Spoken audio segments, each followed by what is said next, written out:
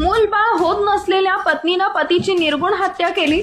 छत्रपती संभाजीनगर जिल्ह्यातील लासूर स्टेशन इथं ही धक्कादायक घटना घडली. मिळालेल्या माहितीनुसार 12 मार्च रोजी छत्रपती संभाजीनगर जिल्ह्यातील लासूर स्टेशन इथं ही घटना घडली. पमूसिंग छगनसिंग पप्पैया वय वर्ष 64 असं हत्या झालेल्या सेवानिवृत्त शिक्षकाचं नाव आहे. तर भारती पमूसिंग पप्पैया वय वर्ष 51 असं आरोपी महिलेचं नाव आहे. हे दोघेजण लासूर स्टेशन येथील हनुमान मंदिराजवळ राहत होते.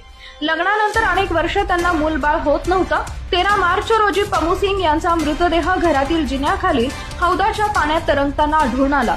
सुरुवातीला पोलिसांनी त्यांच्या पत्नीच्या फिर्यादीवरून अकस्मात मृत्यूची नोंद करून घेतली आणि तपास सुरू केला.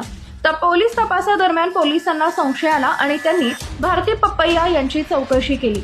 या चौकशी दरम्यान त्यांनी पतीच्या हत्येची कबुली दिली. आपण दगडानं ठेचून पती पमूसिंग यांची हत्या केली असल्याचं त्यांनी सांगितले. लग्नानंतर मूल बाळ होत नसल्यामुळे या पती पत्नींमध्ये सतत वाद होत होते. याच कारणावरून 11 मार्चला रात्री त्यांच्यामध्ये जोरदार भांडण झालं. त्यानंतर पमूसिंग पलंगावर जाऊन झोपले. ते झोपेत असतानाच पत्नीनं त्यांच्या डोक्यात दगड घालून त्यांची हत्या केली. पतीची हत्या झाल्याचा संशय कोणाला येऊ नये यासाठी त्यांनी पतीचा मृतदेह हौदात टाकला. आरोपी भारती पप्पैया या मनोरुग्ण आहेत. त्यांच्या विरोधात गुन्हा दाखल करत अटक करण्यात आली आहे. अटकेनंतर त्यांना गंगापूर न्यायालयात हजर करण्यात आले होते. न्यायालयानं त्यांची रवानगी न्यायालयीन कोठडीत केली. सध्या त्यांना हर्सूल कारागृहात ठेवण्यात आलं आहे.